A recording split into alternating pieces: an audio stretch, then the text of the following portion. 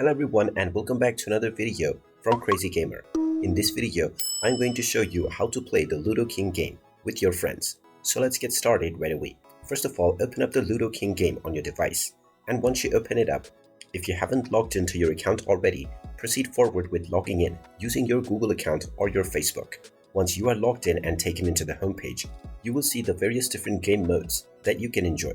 Now, if you wish to play with your friends, just tap on the Play with Friends option, and now you will be allowed to either create a room or join one to start playing with your friends.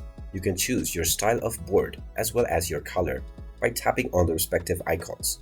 You also have the option to enable or disable voice chat.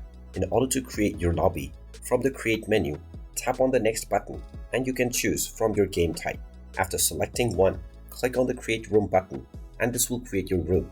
And you can simply pass the room code to your friend who can use it from the Join menu. If you tap on Join, you will need to enter the private code that your friend has already set up. After entering this code, tap on the Join Room button, and now you will be able to start enjoying your game with your friend right away. And there you have it. That is how easy it is to play the Ludo King game with your friends. If you find this video helpful, make sure you hit that like button and subscribe to our channel if you haven't done so already.